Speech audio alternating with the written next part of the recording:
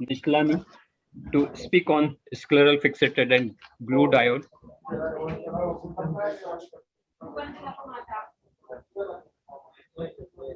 Good morning, everyone, and especially the thanks to Dr. Chaudhary sir and AIO Scientific Committee for allowing me to put into this instruction course and to allow me to share few of the thoughts of the glued IOL, which I did in beginning. I have purposely taken this glued IOL and try to show that what practical difficulty I had in the beginning, so that a learner can have a more chance to learn from these mistakes, and he can, I mean, say, disallow or not to repeat those mistakes particularly.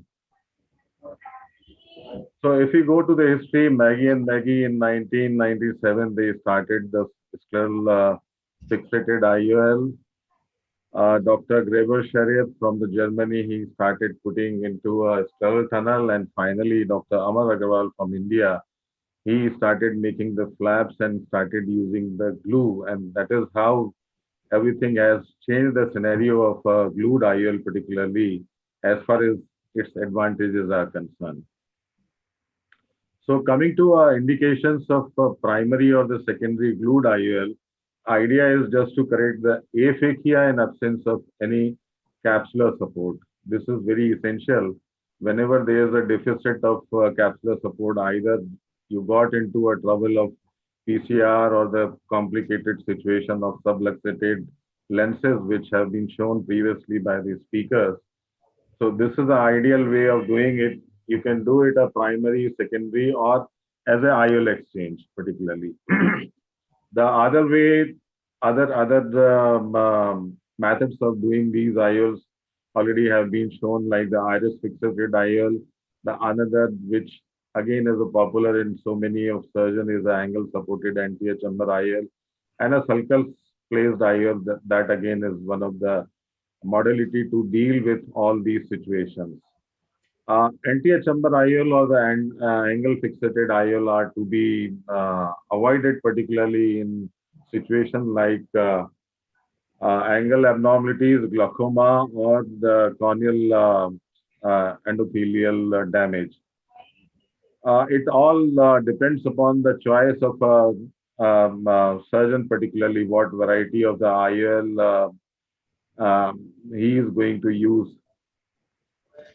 It could be a anterior chamber IOL or the posterior chamber IOL or the glued fixated, scleral fixated IOL. The advantages of these glued IOL is well centered, good stability, no pseudophecodinosis, and it is good for these locations because the stability is very high. It's not going to touch the anterior chamber anyhow. The preoperative evaluation that we need to see that the cornea is a clear, endothelial cell count has to be a good one. If at all there's a vitreous in anterior chamber, that has to be dealt during the surgery, and to evaluate it further, how is the condition of iris. The important has to be one which is to be seen as a posterior segment evaluation, peripheral retina, macula and optic nerve, because you need to give a good result to the patient.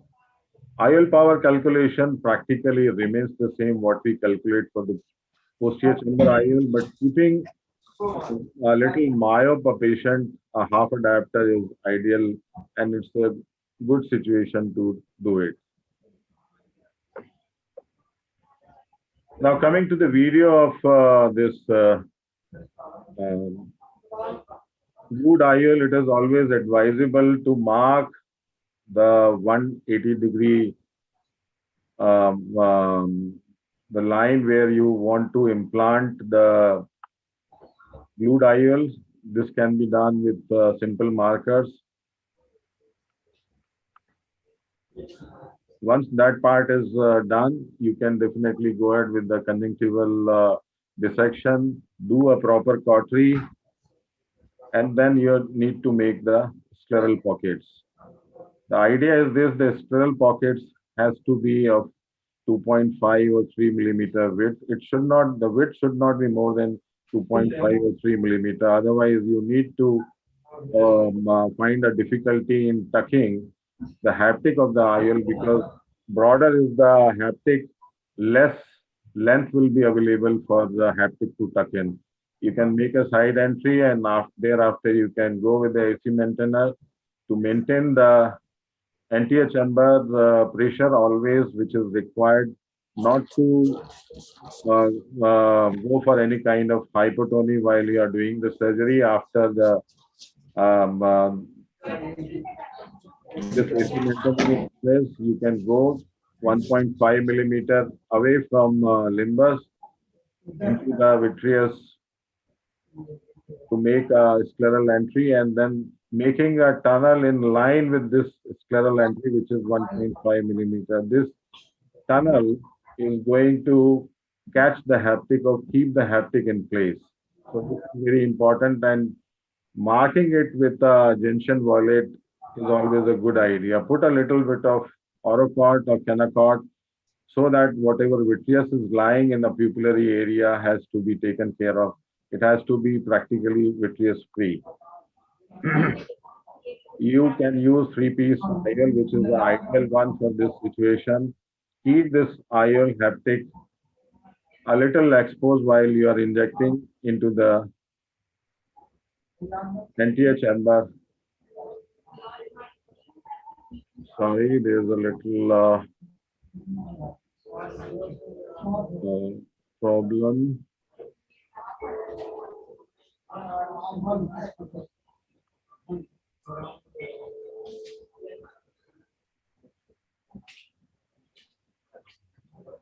So this was to catch hold. I caught this one with the 23 gauge forceps, but the mistake which probably I did in the initial part was let this tip of the haptic and the forceps must remain in the pupillary area. I dragged it a little bit and I thought I missed it. So that was the one mistake that we should not commit. Now I tried to catch it from again from a tip of the haptic, and I was trying to focus it, but probably it could not caught from the proper place, and it got snapped into the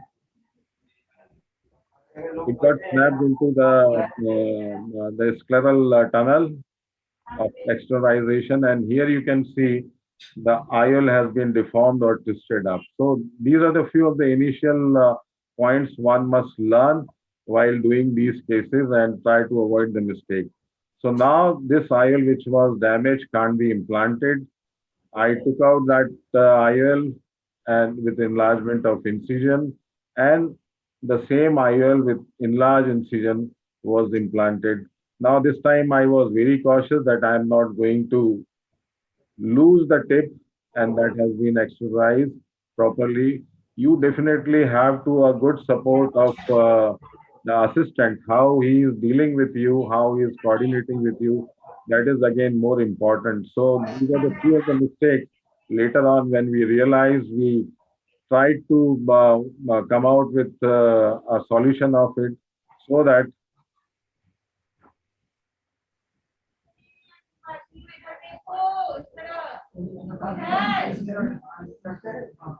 so after the exercisation of these two, you can see the IOL is very stable. The one of the haptic has already been inserted into the tunnel. The second tunnel, probably because of scleral pressure and inadvertent use of pressure there with the haptic of the IOL, that probably got disfigured. So we might find difficulty in the beginning, and I had to make a second tunnel in the same place, and you can see a little bit of the tip of the haptic already has been bent up. That you need to take care, make it straight, and then go back again to a proper tunnel which you refreshened it. So these are the few of the things that probably you need to check in when you're doing it for the first time. AC maintainer has taken away, air has been put into it so as to avoid the hypotony. That is again very important issue. The glute which is taken into 2 syringes, apply below the flap, one after another, spread it nicely, and then definitely can be glute can be applied to the conjunctival area as well. Put little bit of intracameral antibiotic, and finally the subconjunctival injection that you prepare. Thank you. Thanks for patient listening. Thank you, Vijay. Thank you. I hope Excellent presentation on I your hope the physician. mistakes, yes, that